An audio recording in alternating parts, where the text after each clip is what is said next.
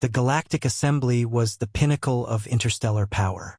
Its vast halls echoed with the sounds of discussions between beings who had conquered the stars, unified under the belief that their collective superiority would ensure dominance over the galaxy. Reports of Earth, a backwater planet inhabited by fragile, war-prone creatures, always elicited chuckles from the Assembly. Today was no different. Earth, a six-eyed delegate from the Varn collective, sneered, her voice dripping with disdain. They barely crawled out of their own gravity well a few centuries ago.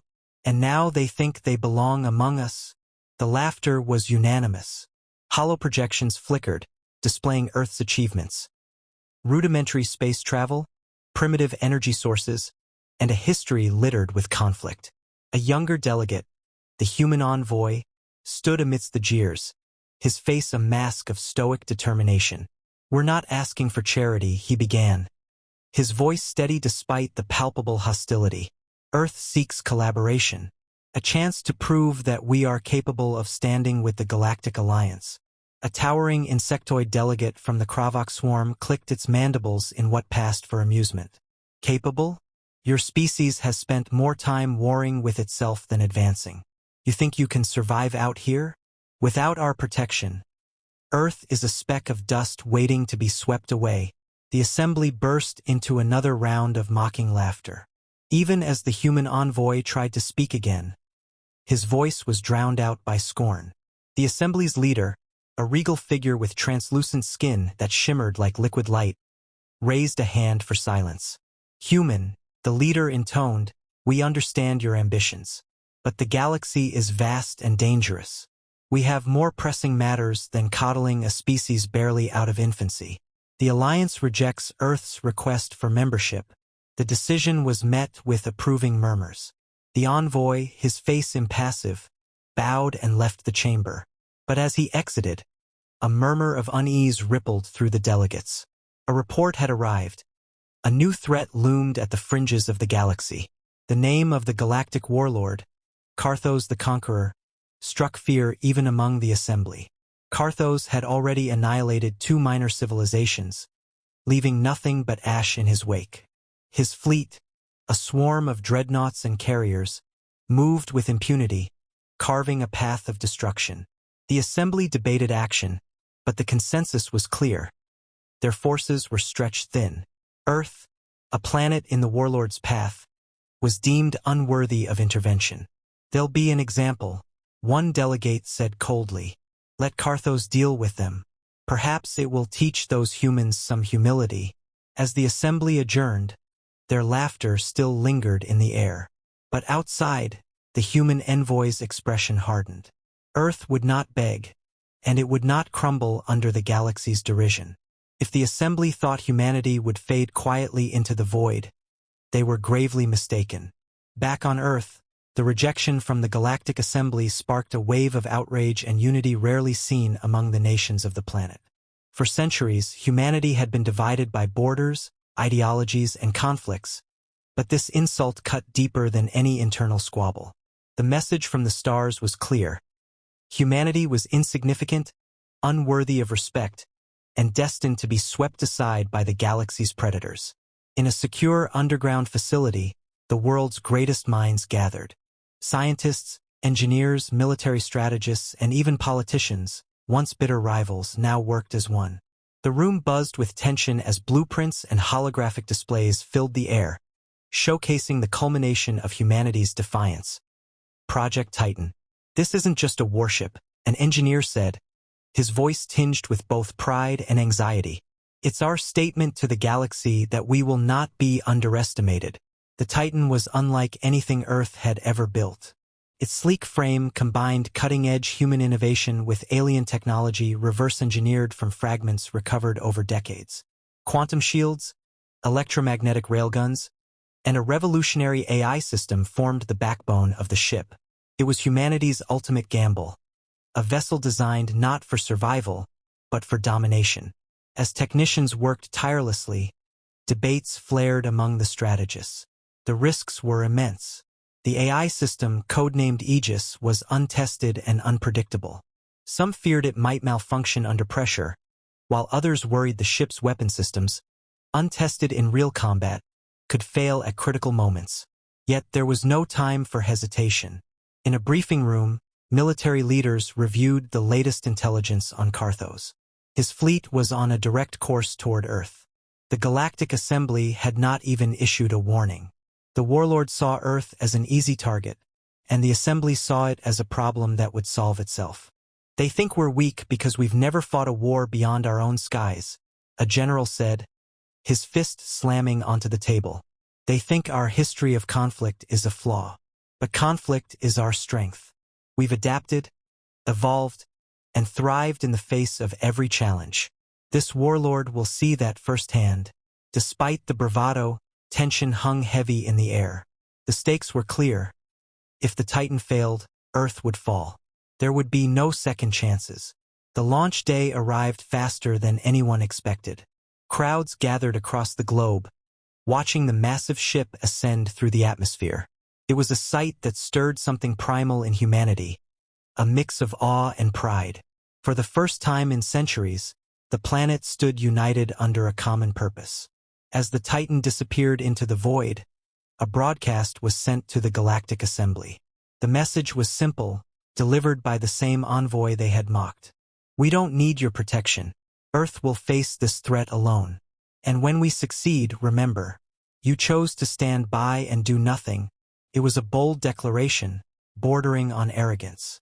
But in that moment it didn't matter. Humanity had made its move, and the galaxy would soon learn the cost of underestimating Earth. The warlord Karthos loomed over the bridge of his flagship, a monstrous figure encased in battle-worn armor. His voice, deep and commanding, echoed as he issued orders to his fleet. The armada spread out in perfect formation, each ship a fortress bristling with weapons powerful enough to reduce planets to rubble. Their target, Earth. To Karthos, this was nothing more than a formality. Earth was an insignificant backwater, barely worthy of his time. It lacked the advanced technology or alliances that might pose a challenge. His fleet had already obliterated 2 other worlds without resistance. He expected nothing different here. As the fleet approached, Earth's response was immediate. The Titan surged forward from its orbital dock, its hull gleaming like a blade unsheathed. Unlike the massive, hulking ships of Karthos's armada, the Titan was sleek and agile, designed for precision and speed. From his command throne, Karthos sneered at the lone vessel standing against him. "Is this all they have?" he scoffed, his voice dripping with contempt. "One ship. Humanity truly is as foolish as the Assembly claims." But his amusement turned to curiosity as the Titan moved. Its speed was unlike anything he had seen, weaving through the formation of his smaller ships with uncanny precision. Its railguns ignited, tearing through enemy hulls in blinding flashes of light. Explosions rippled across the battlefield as Karthos's outer defenses crumbled. "Impressive," he muttered, a flicker of annoyance crossing his face. But even the most clever prey eventually falls to the hunter.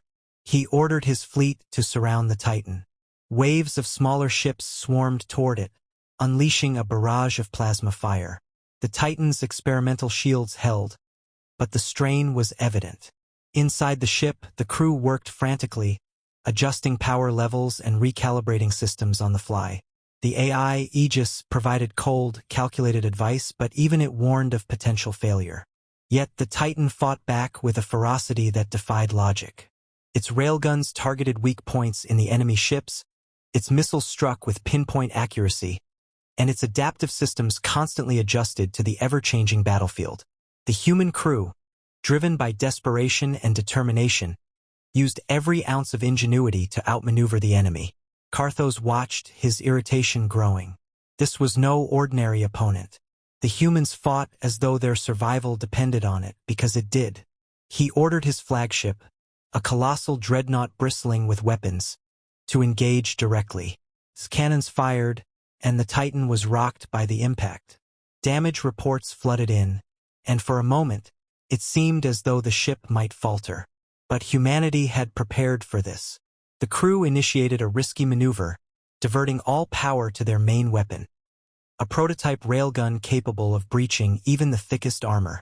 As Karthos's flagship closed in, the Titan fired. The railgun's shot ripped through the dreadnought's shields, striking its core. The explosion lit up the battlefield, a blinding supernova of destruction. Karthos's flagship was crippled, forcing his fleet to retreat. For the first time, the warlord tasted defeat. Humanity had done the impossible. The battlefield was silent as the remnants of Karthos's fleet disappeared into hyperspace, leaving behind wreckage and a galaxy stunned by what had just transpired. The Titan hung in orbit, its hull scorched and damaged but still intact. Inside, the crew erupted into cheers, a mix of exhaustion and elation flooding the bridge. Against all odds, they had done it. Back on Earth, the victory sent shockwaves across the planet. Crowds gathered in cities, watching live broadcasts of the Titan's triumphant return. For the first time in living memory, humanity felt not just united but vindicated. They had proven their worth not just to the galaxy but to themselves. The Galactic Assembly received the news with a mixture of disbelief and discomfort. The same delegates who had mocked Earth now found themselves scrambling to understand how a primitive species had managed to defeat one of the galaxy's most feared warlords. Many viewed the humans with newfound respect, while others, wary of their unpredictable ingenuity, began to see them as a potential threat. In a closed session, the Assembly debated their next steps. Some argued for extending an offer of alliance to Earth, acknowledging their strength and determination. Others insisted that humanity's defiance was dangerous, that their success could inspire other lesser species to challenge the status quo. Meanwhile, Earth sent its envoy back to the Assembly, this time with a much different demeanor. He was no longer the nervous diplomat standing before jeering delegates. Instead, he walked with the confidence of a representative from a world that had earned its place through blood, sweat, and sheer force of will. Humanity has faced the darkness and prevailed, he told the Assembly. We were dismissed as insignificant, but today we stand as equals or perhaps as something greater. We seek peace, but let it be known. Earth will no longer be ignored or underestimated. The Assembly listened in silence. No one dared mock the envoy now. The Titan had not just defeated Karthos. It had shattered the perception of humanity as weak and insignificant. On Earth, work began immediately on reinforcing their defenses. The victory over Karthos was celebrated, but humanity understood that this was only the beginning. The galaxy was vast and filled with dangers, and there were no guarantees that Earth's next opponent would be as vulnerable to their ingenuity. The crew of the Titan were hailed as heroes, their names etched into history, but even they understood the weight of their achievement. The ship itself, though battered and scarred, became a symbol of humanity's unyielding spirit, a reminder that even in the face of overwhelming odds, Earth would endure. As the Titan orbited above, its hull reflecting the light of a distant sun, a message was sent to all corners of the galaxy. Humanity had arrived. They were not to be trifled with, not to be dismissed. They were here to stay, and the galaxy would never be the same. And in the quiet halls of the Galactic Assembly, one of the senior delegates murmured to herself, "We laughed at them once. We won't make that mistake again."